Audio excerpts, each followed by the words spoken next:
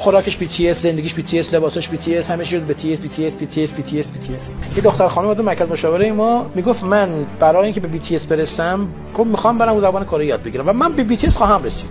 ما باش نگران اومدن، خوراکش BTS، زندگیش BTS، لباسش BTS، همه چیز BTS.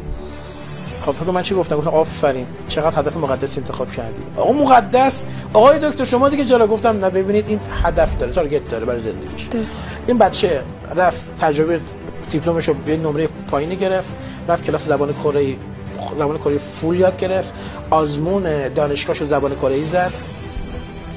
الان ایشون فکر کنم سال سوم دانشگاهه.